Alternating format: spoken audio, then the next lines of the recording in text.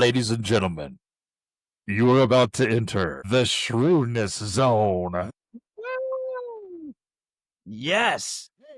Shrewdness fans, we are super excited to have you this week. We are into the double-digit weeks, ladies and gentlemen. And if you still have your head, you are amongst the fortunate because most have lost theirs at this point. So you need us more than ever. We recognize that. You need us badly.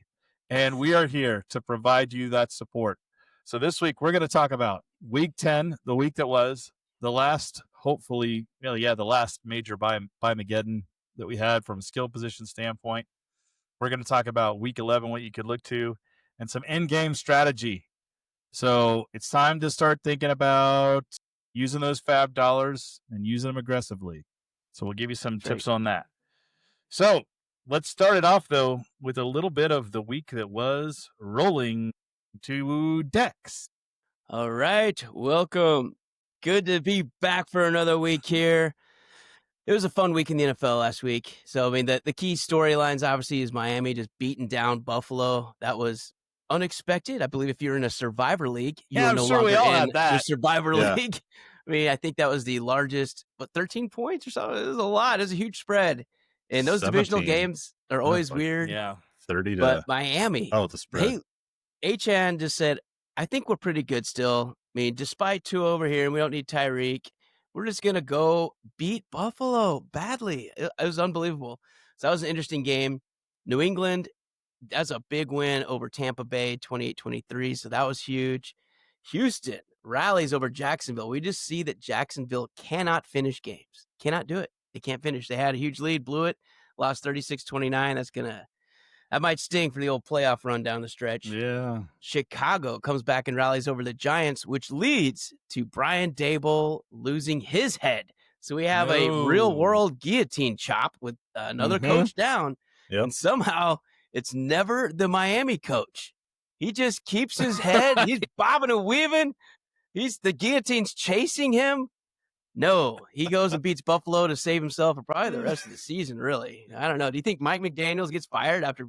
Is there anything he can do the rest of the year to lose his head? I see no reason to get rid of him at this point. You might as well keep him through the whole thing. And what else do you get? The other thing with McDaniel is so you fire him and what happened? Who's going to take over? You're going to have an interim guy who's not your guy. So you might as well let him run it out. You're paying him. Exactly. You don't need to do a buyout like LSU. That's not working out. Right. So let's just keep it clean, go through the end of the season, then do the firing. We had Chicago rallying over the Giants, like I said, 24-20, which helps hit our bet. We'll talk about that later. The Rams just pounded on San Fran. And I think what we're learning here is San Fran's defense is just decimated. They don't have any of their star players. Fred Warner, Nick Bosa, all the guys that scare you are gone. And they're just so depleted in all the positions. I mean, giving up 42 points, 42-26, LA just pounded them. And again, a lot of credit goes to Stafford and McVay having good game plans and 4 touchdowns for him. But interesting. So the season's kind of keeping on moving. We saw Denver look terrible. Bo Nix looked terrible. Are they really that scary? They're a good record in the AFC West. Bo Nix, as we highlighted last week, wasn't he top 5 quarterback, fantasy quarterback? He was. If you're going to believe that for the rest of your guillotine season, man, we got some screen doors for your submarine. Better luck next season. Yeah, right? Just don't know about that. Absolutely. So those are the interesting real-life ones. We had another team down in our Shrewdness Listener League, so Doe's Rush Hour. So we're going to learn from what happened there together. So what really happened? What do we learn from? Well, Michael Pittman had a bad week, and that can hurt. TJ Hawkinson. So there's always a couple super bad performances. That's kind of what this one was. 2 for 8 for 2.8 for Hawkinson. Pittman 2 for 19, so only 3.9. Those are 2 critical positions. Your tight end and your wide receiver 1 for his particular team. And then you just had a couple guys on IR. So you had Hampton and Trey Benson on IR still. T. Higgins on bye. But the real thing that happened here, and there's nothing you can do. He had a pretty good team, just no star performances. So he had a couple bad ones. But unless you get one of these guys we'll talk about in Sinners and Saints later, if you don't have one of the Saints to carry you through, he just didn't have any stars. I mean, he had Drake May, he was fine. CMC, he was fine. Rico Dowdle, he was fine. But none of these guys went off for one of those huge week-saving games for you. So that's really what happened. Nothing really to learn. He had a good team, did everything right, started the right guys, did all the right moves. But in guillotine, as with real life, sometimes shish kebab happens. So thanks for playing, Eric. Hope you and your spouse had a good time trying out guillotine for the first time. And hopefully you come back next year for Listener League number 2. That's right. Consolation prize is that he had the highest total that had gotten cut this year. So he had a decent week. That's right. Just that's everybody else had a better week. That's exactly right. So 95 Those scores points. get high at this point. Yep, 95 points is chopped when you get to this late in the season. All right, so speaking about chopped players, we're going to swing it over to Prue for bidding strategies on our chop. So who got chopped and how much are we bidding on, Prue? Yeah, so this week, some interesting players, some top players that were among the top chopped league-wide. Justin Jefferson was number 1, believe it or not. Had a Jets. Wow. Rough week, followed by Michael Pittman and A.J. Brown. A.J. Brown seems like he's just stuck on this list. He's a regular. He just cannot seem to get involved this year, and I don't think you can bid on him at all. Really, you can't count on more than 5, maybe 7 or 8 points at the most right now. Yeah, unless he's almost he just a flex has a upside, game. Which is so weird for a perennial top 10 wide receiver like A.J. Brown. That's unreal. somebody's probably second pick, right, in this year's draft. So absolutely, second round for sure. Jamar Chase was on bye this week, so he did get chopped from a lot of teams that were used to having 20 points from him. Didn't have it this week. Jalen Hurts, so-so performance this week against the Green Bay. Garrett Wilson's been banged up. He was among the top chopped. Bowers had a rough week. Woof, that one hurt. And then rounding out the top 10, not a terrible performance, but James Cook and Bijan Robinson both had about 10 points. And they were scheduled predicted to have more like 18 to 20. So for any, hypothetical managers that have both of those guys on their team. Yeah. Who would that be? Like no one would have hosts, that combination. Maybe. Started a boat. And survived somehow. But sweated all the way through it. La Cucaracha, the cockroach. I don't know if La Cucaracha is actually cockroach, but it sounds right. It is. La Cucaracha. Cucaracha. It is. So somehow, sort of survival strategies, right? Chisholm is just living a blessed season because every time we read this list, he's always like, had him. He has all these dudes on the chop list, but as we'll get to later in the Saints, he always ends up with a couple of the top 10 on the Saints list. It's unbelievable how you can combo that up all the time. Right. He's got the magic touch to have what a couple you would call Saints every time he's bipolar is what I am. So my team looks like this in the scoring. A bunch of guys up here, a bunch of guys down here. And then not the a next lot of week high it goes, score weeks. Yeah, switches. Then it just goes to the middle, just average. Right. All right. So I never hit that. What do we do with that? Let me hit the list real quick. So Bijan, Cook, Bowers, Jamar Chase, and Justin Jefferson. I think you got to still go all in on those guys. Those are still top talent. Yeah. In-gamers. So for sure. We're talking about now, do you have kind of what average FAAB is for remaining players? Like, did you find that number when you're looking at the chop list? Because I know that is a thing. We're getting down to where I think 500-ish is like tops, and a whole lot of people are below that. Oh, yeah. Everybody in our league is below that. I know that. Yeah, for sure. I think top in our league is 450, 486. Okay. Yeah. Down to 20. Because Chisholm, you've got hardly anything. I'm drawing dead. Yeah, you got $20. Like you can barely pay the door admission to get in there and to see the stuff. I'm doing Gene Hackman and Hoosiers. My team's on the floor. My team is on the floor. You're window shopping, just waiting for someone to come out and drop something on the way out the door. So there's currently in our league, there's 3 teams with under 100, actually under 70, and then it jumps up to 213. So the wide gap there and kind of the haves and the have-nots. Yeah, totally. And a couple teams with over 400 still, if they can survive a couple more weeks, they're going to be licking their chops for those last couple of drafts. My best shot as a have-not is I'm hoping that Mondami will take over as commissioner and kind of redistribute some wealth here because those of us down here don't like it. We want some more FAAB. More FAAB. So I think what's funny, so we have CMC in our particular listener league, and he may not be out in too many leagues because he wasn't horrible this week, and like I said, he wasn't one of the top 10 chopped, but he's an in-game running back for sure. I think he's still Yeah. RB1. And if you're looking at this list, like when you look at your own standings and FAAB list, there's going to be a couple dudes that can just outbid. He's probably going to go for 221 minimum because the next teams, you got 3 teams, 355, 415, 486, which will sound strikingly similar to your league out there. Yep. You're just going to kind of chip whip the ones at the 213. That's right. Because you'll still have just as much money if you get them. So the other team will probably think that, maybe go 225 or 230, and then it's just a guessing game between there how much he'll go for. But he's going to go for 2s. He doesn't have to be 4 or 5 anymore. And that's what we were saying. If you can save your money till the end, now you get CMC for 200 or something.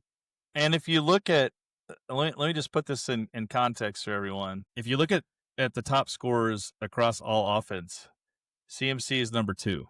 So, if you spent all your FAAB and got CMC, you got Not the the worst second highest thing. scoring player in the league. So number 1 is obviously Jonathan Taylor, who scores 5 touchdowns a week. Only 3. It's just every week. It feels like 5 touchdowns every week. And then Christian McCaffrey is number 2.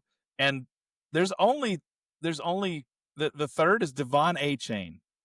The third highest scoring player in fantasy this year is Devon Achane. So the top 3 are running backs. And if you're looking at where you want to invest, if you can get one of those 3 guys, do it.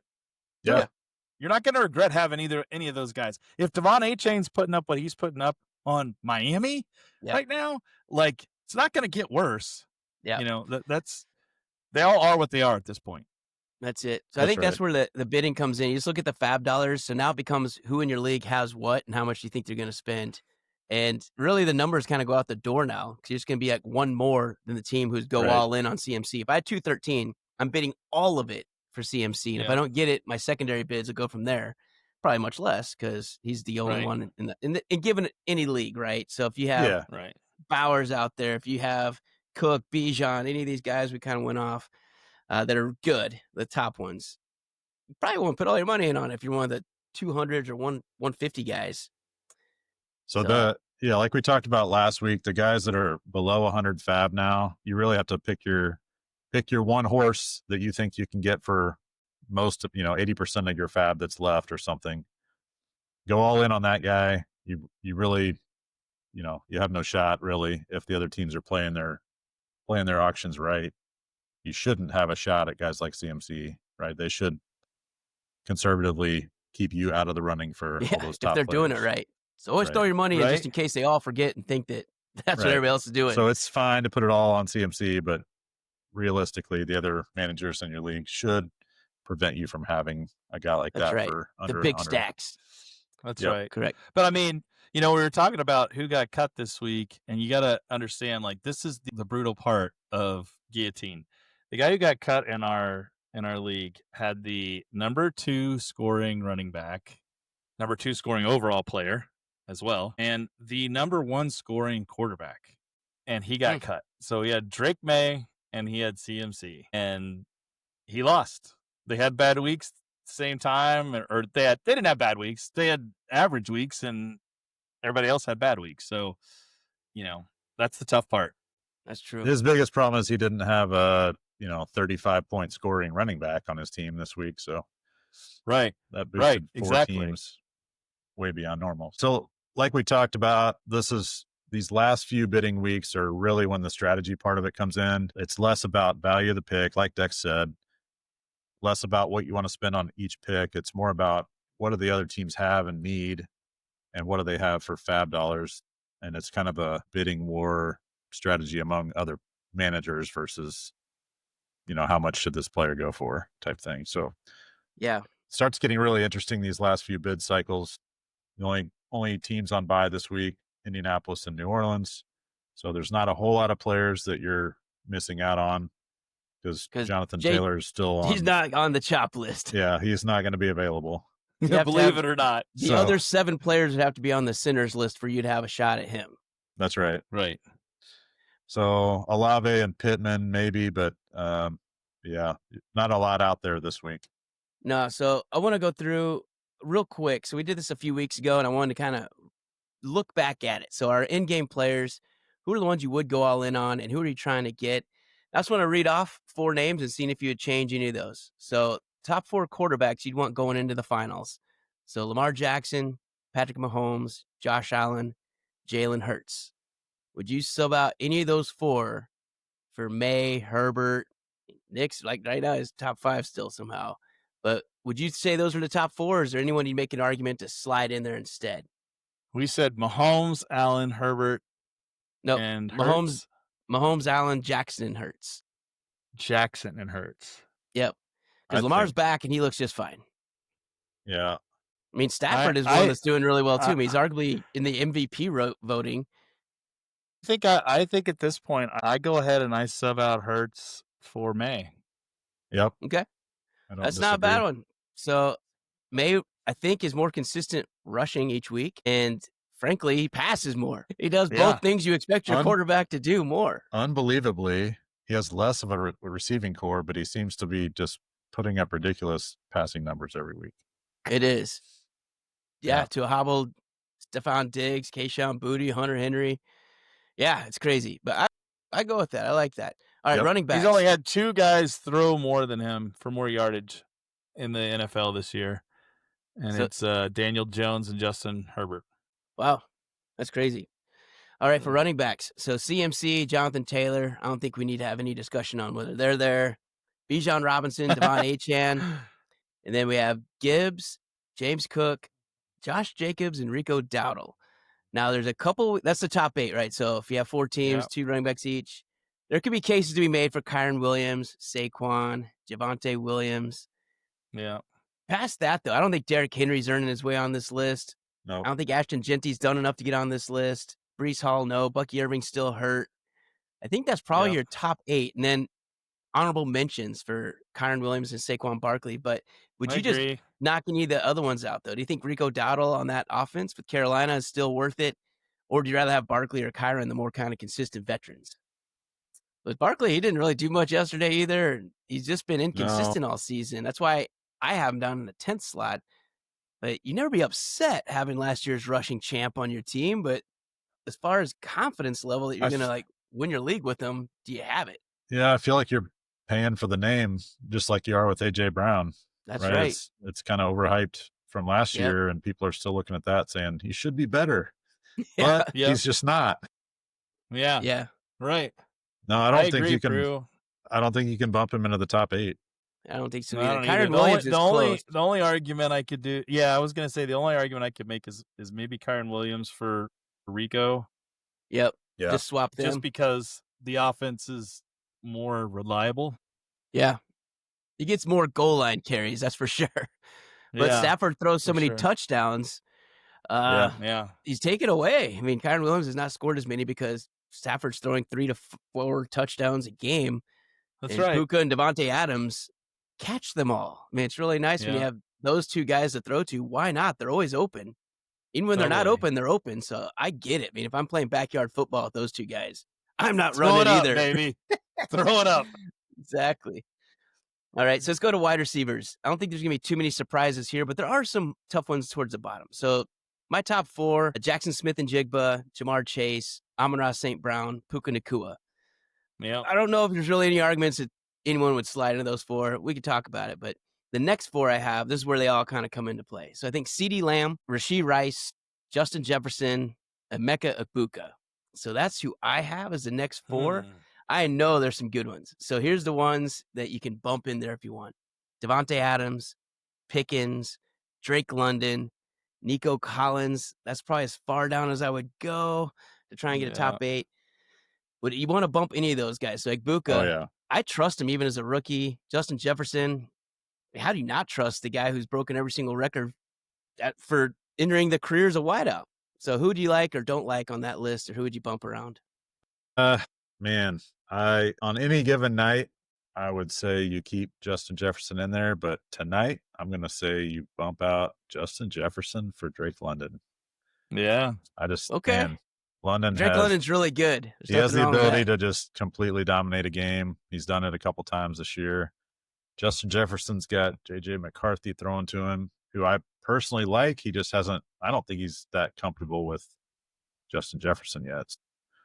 The two of them, once they get on the same page, it's going to be a force to be reckoned with, but I don't think they're quite there yet. I trust Michael Penix to Drake London a little more right now.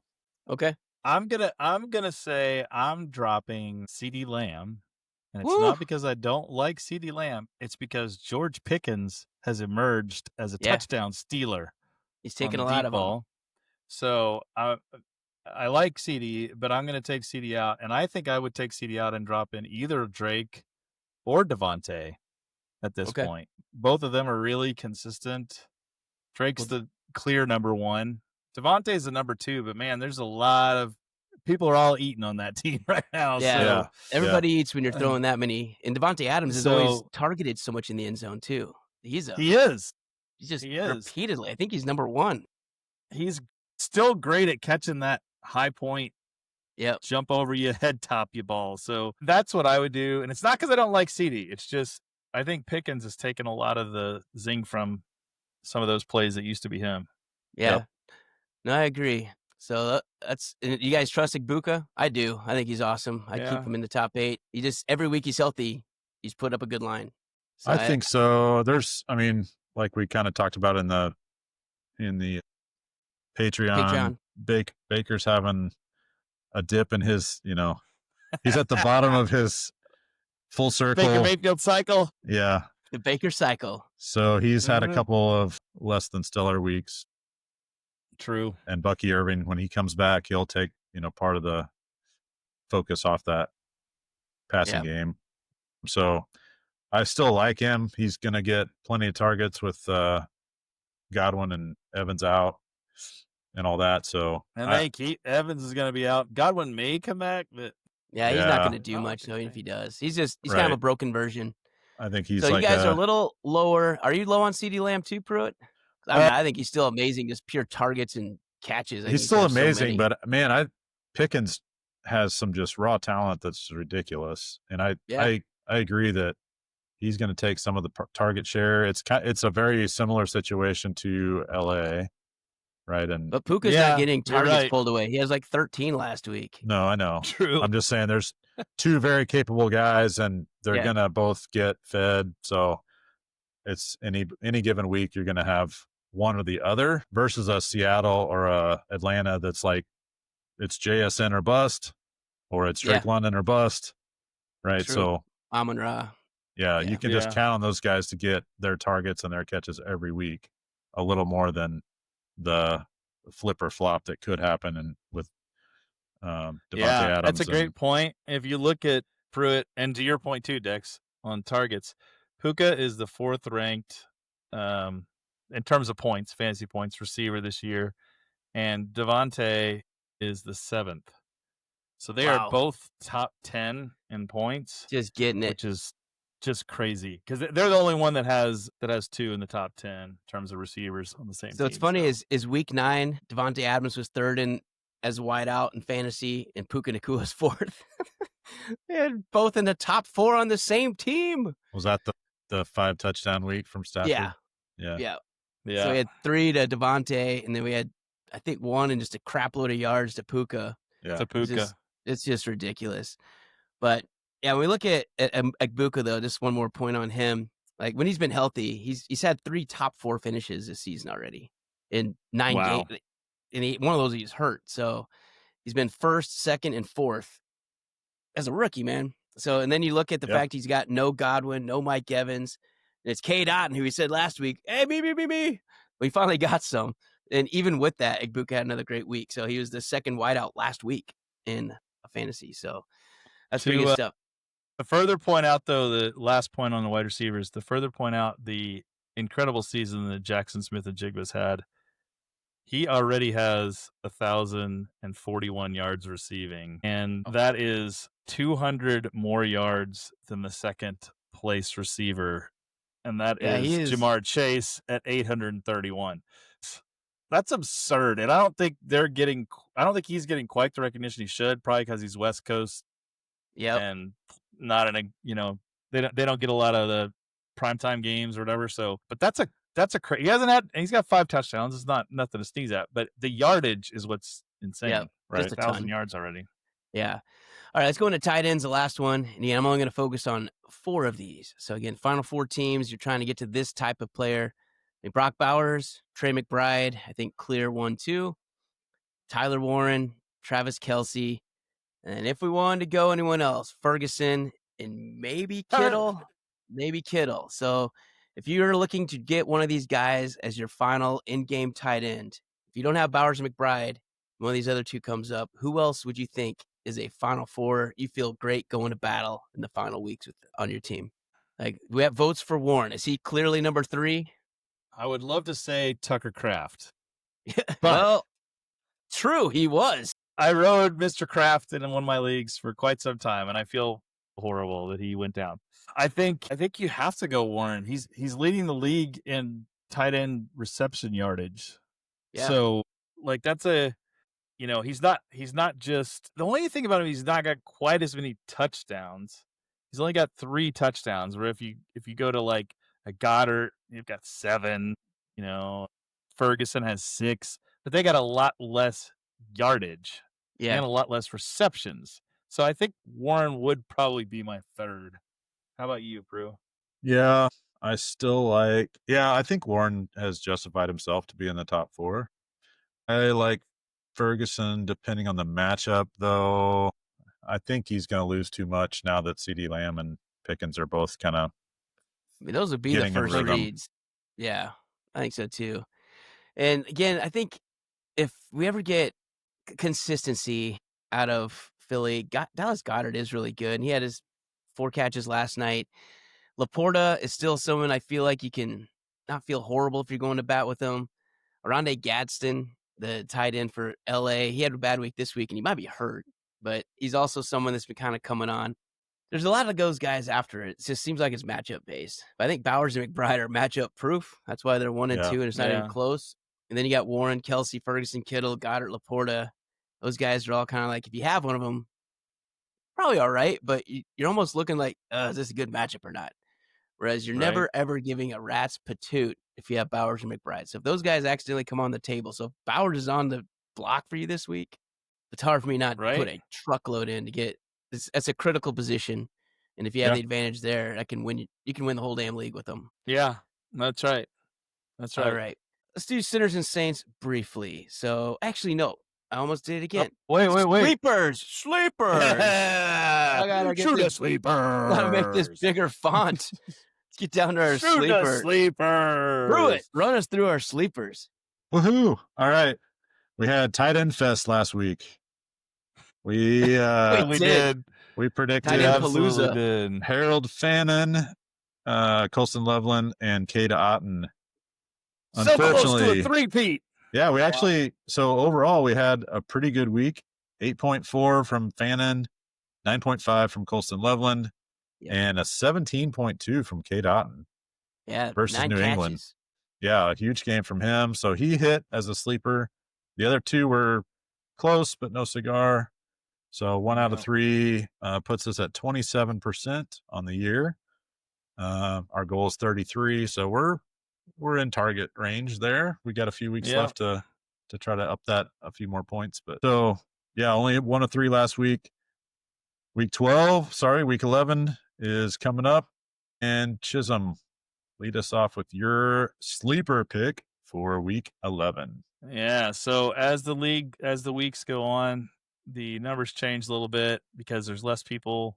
So max owned for this week is 50%. So they have to be owned by less than 50% in the leagues in Yahoo. And we're looking for somebody to get more than 12 points. So it's getting pretty steep here and it's getting pretty difficult, but we're going to deliver. And I was so excited by the tight ends last week that I decided to go back to the well. And I think that Dex was just 1 week off with his Colston Loveland pick. I like Colston Loveland, especially with the matchup against Minnesota. I think he's going to have opportunity, and I think he's going to get in the end zone. So let's go Colston Loveland, this week's sleeper pick. Dex, how about you? Yep. So I like that pick. It's good. And Minnesota does struggle giving up tight end touchdowns, as we saw with Mark Andrews last week. So Yes. anyway, moving Yes. on. I like Trey Tucker for the Raiders. They are hosting Dallas, and I love going against the worst defense in the league, or second worst. If you think Cincinnati's worse, sounds good. I won't argue with you. One of the Right. bottom feeders of defense. But Trey Tucker was kind of an afterthought last week. They got Tyler Lockett involved quick after the trade, which is kind of surprising. But I think it's going to go everybody eats this week, and Trey Tucker is going to kind of go back to being that first one. Because when you look at Tucker, I mean, he probably had the best corner on him last week, which left Lockett with the third defender because Pat Surtain wasn't there. And so they had the other guy I'm blanking on right now. He was on Tucker the whole game. This week, Yep. though, I don't care who's on him. It's a Dallas cornerback or a Dallas safety or a Dallas linebacker. It's the equivalent of Let's Chisholm. go. Yeah. It's So Trey me. Tucker. I'm covering Trey Tucker this week. It's it. So he's 41% owned, so he should be available in your league. So if you've got Olave on bye or Pittman or Downs, one of those guys you've been starting, and you need somebody, Trey Tucker might be a good one to flop in that slot or into your like that. wide receiver. So Prue, finish us off. All right, I'm gonna go to Jacksonville this week. I'm in Chisholm's My hero. Chisholm's hero camp. Parker Washington, who has emerged these last couple weeks, 17 points 2 weeks ago, 17.9 this week against a pretty tough defense in Houston. They play another tough defense this week, but they will probably be throwing a lot. And I think Parker Washington has kind of emerged as another viable option in the Jacksonville offense. I think he's got a decent shot at scoring a touchdown again this week. So I like him to get close to that 12-point mark that we're shooting for. Parker Washington can't lose. I love it. He's another guy only owned in 41% of leagues. So he's probably available. All right. So let's move on to Sinners and Saints. We'll run through this quick because most of them we've already talked about. But the ones that killed you. So Brock Bowers started you off with a terrible Thursday game, which is what our good friend Lou in another guillotine league, that kind of set the tone for his week. So Brock Bowers, 1 catch for 31. Beautiful catch. You'd think he would have gotten more that game, but nope, that's it. You get one and you're done. So after his gargantuan performance the week before coming back from injury, 1 catch. So 4.1, that kills. Cortland Sutton, normally pretty dependable, but again, Denver has not been looking consistent on offense. He had another subpar performance, 5.4, so only 3 catches for 24. We talked about Justin Jefferson kind of killing you last week, 7.7. Only 4 catches for 37 yards. That was disappointing to say the least. James Cook and Bijan Robinson, we highlighted these guys as well, but only 10 points for both these guys. I mean, you're used to 16 plus and a lot of weeks over 20. So these guys may be on the block in your leagues. And as we talked about, these are both top 8 guys in our books to take you to the promised land. So if they're available, go get them. Go use your chips if you have them, or just go all in if you're on a low stack. The Indianapolis Colts wide receivers, boy, they were terrible. Josh Downs, 1 for 3. Pittman Jr., 2 for 19. You're like, how on earth did they possibly win? Segue to the Saints. We had Jonathan Taylor. What's he do? He scores hat tricks. All he does is score hat tricks. 3 more touchdowns. My goodness. Oh, my gosh. 244 and 3 touchdowns. He already has the Colts single-season rushing touchdown. It's halfway through the year. But like we said, it adds up quick when you do 3 at a time. So the only thing that's going to slow him down is this week he's on bye. So for all you guys still with your heads, he may be available next week for you. Right. And boy, that would be super helpful to have the number one. That would be an all-in play. That is it. Like everything +1 on the lowest stack if you are the big chips. Devon Achane, so 40.5. What a game against Buffalo he had. 6 catches for 51 yards in addition to his 174 and 2 touchdowns. I could not believe he had such a good game against Buffalo. And he's looking faster. I'm watching him, and like he doesn't look like he's like beaten up, which is crazy given how much he's the only guy on the team. I know it's ironic because he's normally the one that's nicked with ankles and calves and all sorts of weird stuff, but he looks fresh as a daisy out there and wasn't getting touched. Right. But Jahmyr Gibbs, 15 for 142 and 2 touchdowns. Had 3 more catches for 30 yards and another touchdown, so he got you 3 as well. Can't Can't argue with that. Dan Campbell started calling the plays.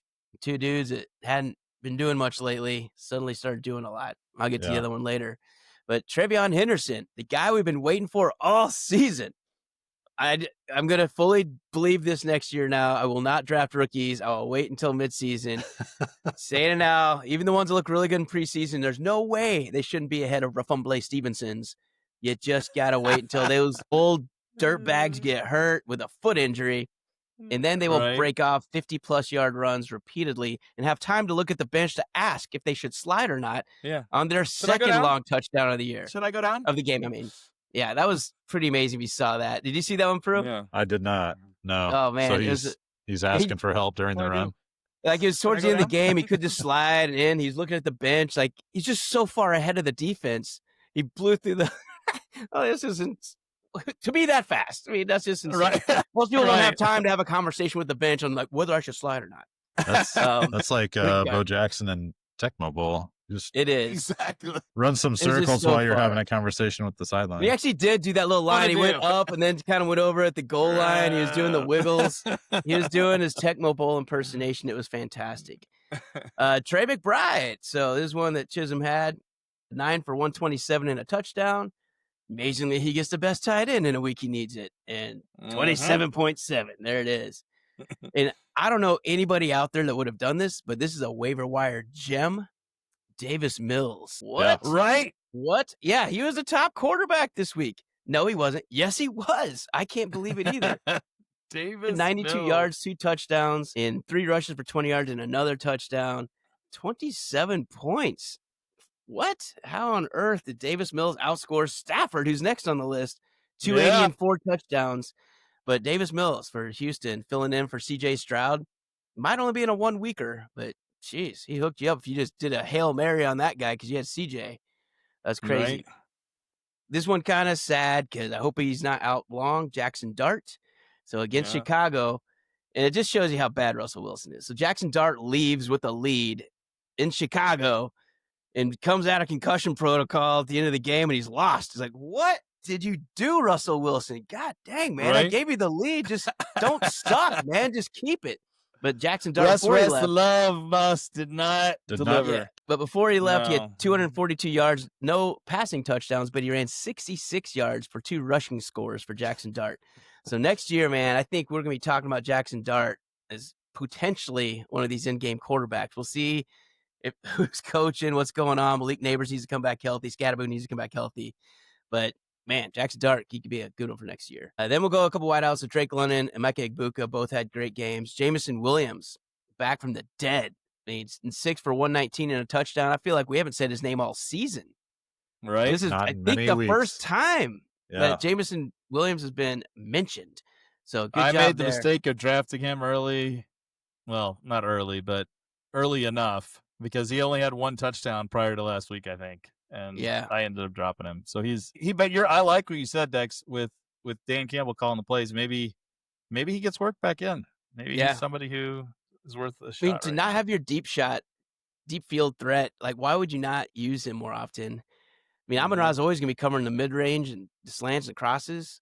I just feel like, unless he's just not been open, maybe they've been double teaming him, but it doesn't look like it. I feel like just the playbook's been calling for the short passes. I doubt they've been double teaming him. That's what I'm at too. Like, I mean, you could have a safety just over the top, but you ain't doubling him.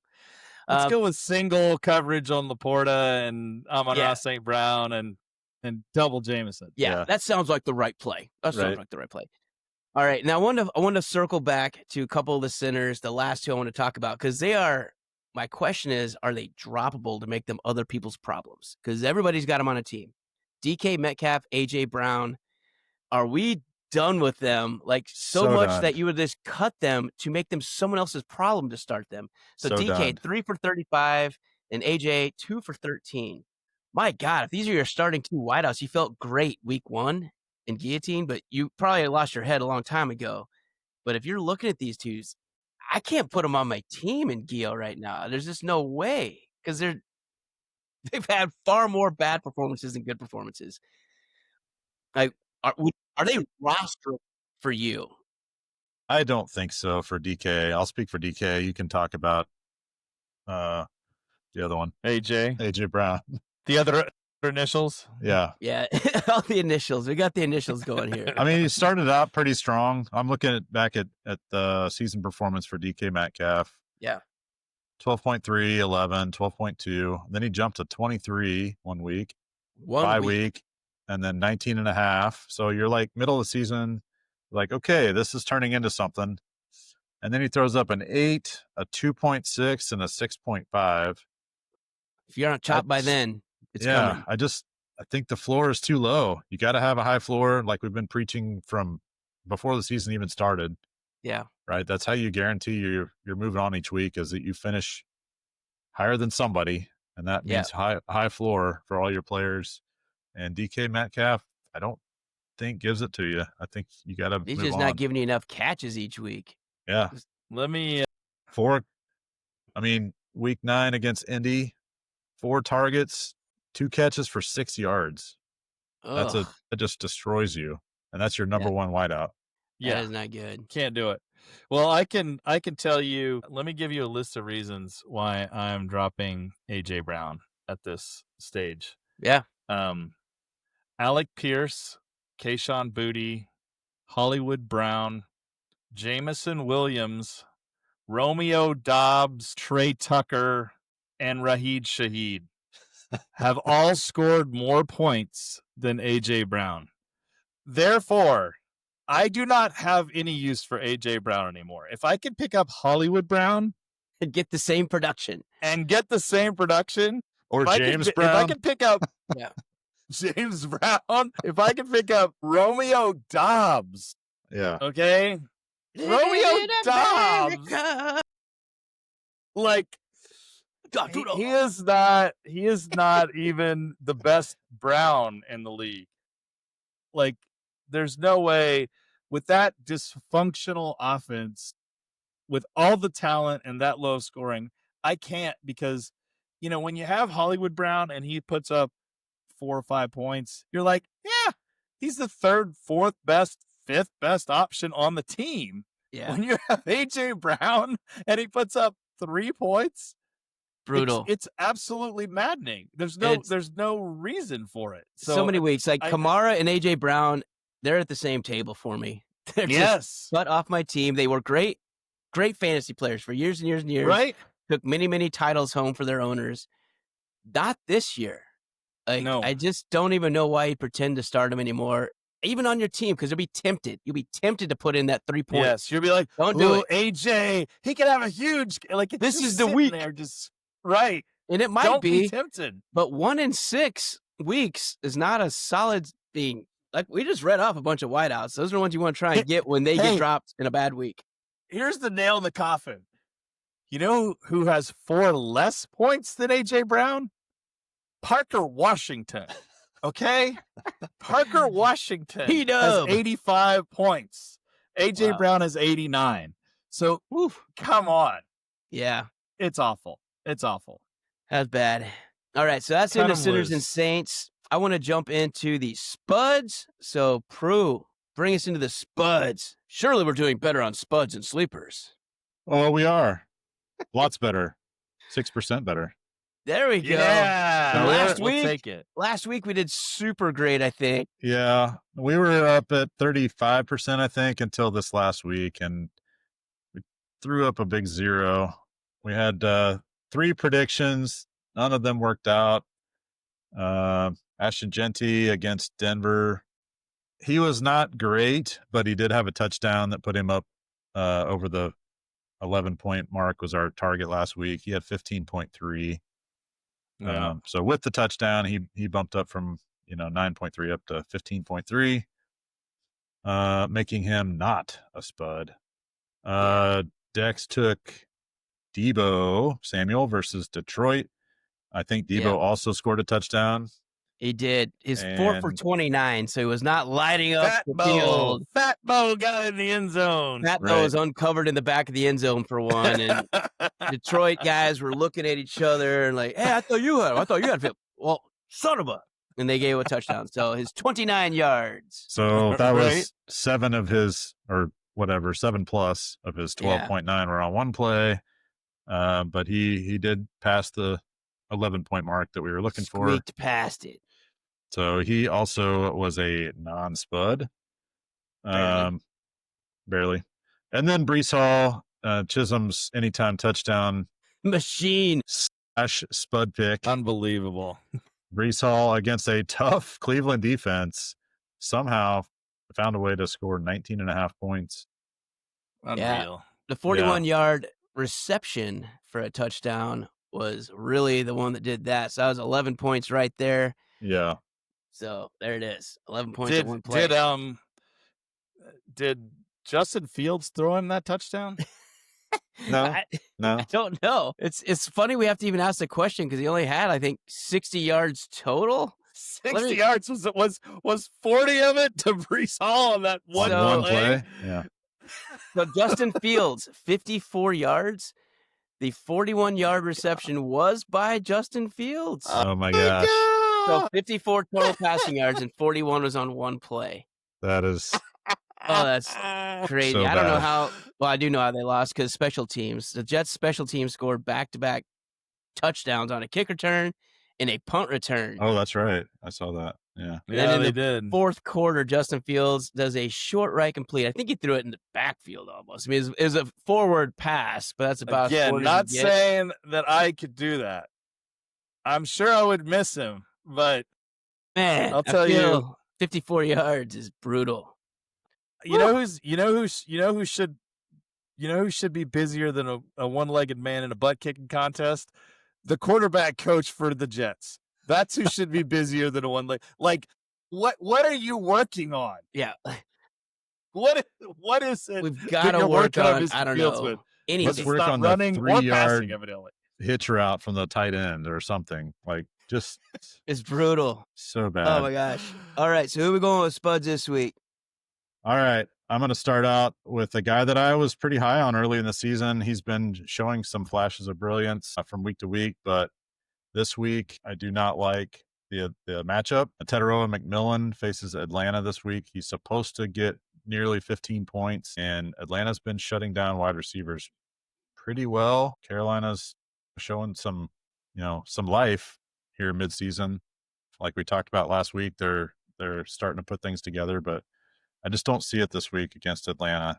They've been tough on wide receivers, and Teteroa's not been showing great the last, I think 3 of the last 4 weeks he's been under 10 points. So I don't think he's going to get his 15 points this week. It's true. Watch out for Rico Dowdle, though. If he watches a little tape from last week, he'll say, yeah, the Falcons may stop the wideouts, but boy, the holes are wide open if you want to run through them. Right? So I'm going to take Derrick Henry. So perennial stud, Hall of Famer, but he's going to go to Cleveland this week. And that Baltimore offense just doesn't, I mean, I know they put up 27 against the Vikings, but it wasn't behind Derrick Henry really. So right. he just looks like he's lost a step. I mean, he had 75 yards, nothing to sneeze at, but that's kind of it. He doesn't get involved in the passing game. Right. He's going to have to get a touchdown, but that's one thing Cleveland's really good is not letting you score rushing touchdowns. So Derrick Henry is my spud for this week. I think it's going to be a low-scoring affair, and I think that Derrick Henry is just going to have another tough struggle. So the first game they had this year, he was 11 for 23, no catches. And that game also had Lamar Jackson. So it's not like there's going to be a difference. These teams know each other really well. Even if he gets 80 yards rushing, that might be it. So it's not going to be a lot of catches, and I don't think he's going to be getting a rushing touchdown this week. So Derrick Henry is my spud this week against Cleveland. Chisholm, finish us out. I do not like Stephon Diggs this week. And the reason why is he's playing the Jets. And because they got Sauce Gardner and all those. Oh, wait. They got Quinn Williams. No. Oh. And that's exactly why I don't like Stephon Diggs, because I think they're going to be so far ahead. They do not have a need to throw the ball to Diggs. I think we're going to get a steady diet of Travion Henderson, your favorite boy, Dex. This is going to be a heavy run game and likely bad weather in the Northeast.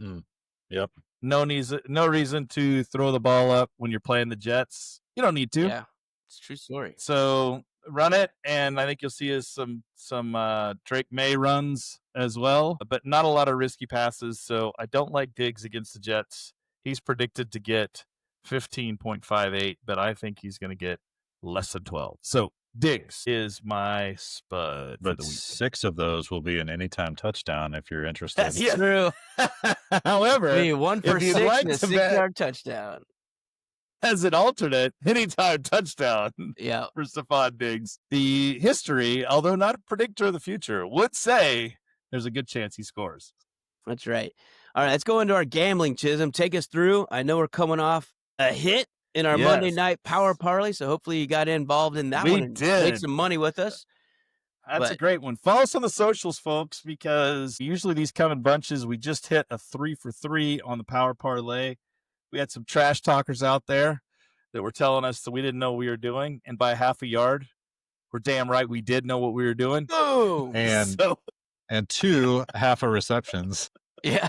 On the other 2 side. half receptions by the skin of our teeth. We got the power parlay. The closest one ever. A lot of people, I will say, a lot of people talk on those parlays and say, oh, you only got 2 out of 3. That's a loss. You're right. For strictly a parlay sense, it is a loss. But let me encourage you, if you don't want to parlay, bet those individually, because individually we hit at a very high rate. We need to calculate that at some point, but we're definitely over 50% on those power parlays when you look at the individual picks, and we've done really well in the single game parlays. So follow us either on YouTube, on TikTok, Facebook, Instagram. We're on all those, and we post those before the game so you can get in and play with us and make some money. We've done well this year. Yeah. But let's get to our regular picks. So we pick 3 games every week, and overall for the season, we are doing quite well. 57%. Vegas will not like you if you hit 57% because you're doing well. So we're making money this year on the picks. Last week we got 2 of 3. We gave you New England plus 2.5 versus Tampa. That was from Prue. That's a winner. And hopefully you threw $1 or 2 on the money line like I did. Hopefully you took the $2 of the money line because you got that. We got the Bears minus 3.5 versus the Giants. Ooh, that was a close one. Whew. That was a close one. Hopefully you got it in early because the line moved, but we got it at 3.5 and we cleared the total there. And then I was a little off, and I've been a little off for the last few weeks. Seattle, Arizona. I typically like divisional unders because there's a lot of familiarity. Wasn't informed that Arizona wasn't going to show up in the first quarter. I think Seattle scored 28 in the first quarter. It was something like that. That was on the ropes right from the get-go. We did not get the under 45.5 there, but 2 out of 3 for a good week. I think it just missed. Wasn't it 66 points? I think it was 3 touchdowns or so is what we missed by. Just barely missed it. Just a little off. So much for Jacoby Brissett being a downer on that offense too, because they ended up putting up some decent points too. Yeah, he's been. But this week we feel like I'll give we've been middling here for the last couple of weeks. We've got 1 of 3, 2 of 3, 1 of 3.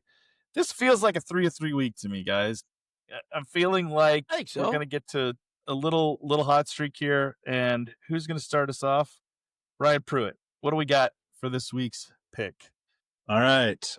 I am kind of with you, Chiz. I like the divisional matchups. Like you kind of gravitated toward that last week. Normally it is an under. This week was kind of a fluke for Seattle and Arizona. I'm going to go to a different division and a different divisional matchup this week. Cleveland faces Baltimore. Cleveland's getting 8.5 points, and the total. It's a lot in a division game. Yeah, it is a lot in a division game, and I think the total was like 43.5, something like that. Low total, high spread. Like it. Right. Low total, high spread. You take the underdog. I like Cleveland plus 8.5. I think they keep it within a touchdown for sure. Defense is just good. It's a good defense. Yeah, if their special teams show up, it should be very easy to do. If they can absolutely continue to shut down Derrick Henry, right, and force Lamar to throw. Lamar's a great quarterback. They're going to put up some points, but I think Cleveland can hold it under control enough to stay within a touchdown. I agree. So, I like it. Dex, let's hear what you got for us. You have had you've earned a little bit of hot streak here. You've had 2 in a row. 2 in a row. We're getting it back. We're going back to Stinky instead of the ones I like and Stinky's work. So this one, you're like, oh God, you are off the rocker. So did you not watch the game? So I'm going Green Bay -7.5 at the That New York high-powered Giants. offense in Green Bay. That's right. They scored 20 total points at home the last 2 games against the Eagles and Panthers. That's the same team. That's the same team. So right when you start thinking a team sucks and it can't do anything and it's a terrible offense, That's right. is exactly when they start scoring and saying, just kidding. They're also the team that scored 35, 27, 27 the previous 3 games. And the Giants, probably without Jackson Dart, having to go back to the well of Russell Wilson and that corpse. I mean, he's damn near a zombie, man. If you've seen the new Wednesday series, he's Slurp. So Russell Wilson is Slurp right now, just trying to eat some brains. Dug him up out of the Meadowlands. I don't see it. He's think good that for Green a pick Bay, 6 or a fumble or something. absolutely. Right, He's going to do something. Now, He came in and just blew the game against Chicago. I need him to be the whole 60 minutes of sucking, and this should be an easy cover. But it's stinky. It doesn't sound like it should because Green Bay sucks, right? Yeah. So it's what it is. And the hook, too. You're like, 7.5? That seems awful, but Great. I like it. So I'm going with that one. I got a question for you here. Yep. If my second favorite player in the NFL gets the start instead, famous Jameis Winston, does that change anything? No, because he throws so many picks. I know. It's so great, though. It is. I feel like if Jameis Winston starts, though, here's a little added pick, not official. Take the over. Yeah, no There matter will be what it pick is. sixes, and there will be touchdowns. Take the over if Jameis Winston starts this game. Yeah, which will then also make Green Bay throw the ball more. It'll be fun. So I like Green Bay no matter who's starting. I think they're the better team. I think they're a playoff caliber team. The Giants are not at this point. They are just hurting. And they have a new head coach, which sometimes you get that new head coach rally. I don't know. I don't see it. Yeah. It's just hard for me to get past that. So the stinkiness is a 7.5. And just there's too much going on. It's the whole change this week. It's just gonna be tough for them. And Green Bay's mad. So I think Green Bay. There's a lot of chaos in New York. They have to. It's a must-win game for Green Bay. They can't lose 3 in a row. Yeah, it really is. And stay in the playoff hunt. Yep. All right, Chiz, finish us up. All right. I'm on a cold streak, so I've lost 3 in a row, and I had done really well up to that part of the season. So gonna do some uncharacteristic things here, things I would never do. Number 1, I never bet on my team. That's the first thing I don't do. Number 2, I never leave the hook, especially in an interdivisional game. But here we go. Let me tell you what I do like. So 26 bye games in one Andy Reid's 26 games after a bye in Andy Reid's career. How many of those games do you think Andy Reid has won? I will 20. say 20. Yeah, 21. 22. Oh, wow. 22 of 26. He is at 84% winning percentage. If you add in the postseason where you get a bye because you get a week off, he is in 36 games. He is 30-6 after a bye. Huh. Wow. So he's okay then. You give Andy an extra week to plan. Yeah. And you give Andy an extra week to plan against a team that he's got a bit of a grudge against, and you give Patty a little grudge. And right now, there's a lot of talk about Denver, how great Denver is, and how they're leading the division. And so the baton may be being passed now, and Bo Nix and blah, blah, blah, blah, blah, blah, blah, blah, blah. Guess what? They're going to come in pissed, and they're going to come in wanting to make a statement. And you talk about must win. This is an absolute must win for the Chiefs to have a shot at any kind of decent position for the playoffs. Add in that J.K. Dobbins is probably out, and we're going to get a rookie running back for the Broncos, which is going to mean Bo's going to have to throw a lot more, and he hasn't been throwing that great lately. No, he's looked a lot like Tebow. All that to say, he has. All that to say, lock it up. Chiefs -3.5 on the road at Denver in a division rival. It stinks to high heavens. High heaven. Take it all day. Take it all day. So lock it up. We've got 3 picks that we like.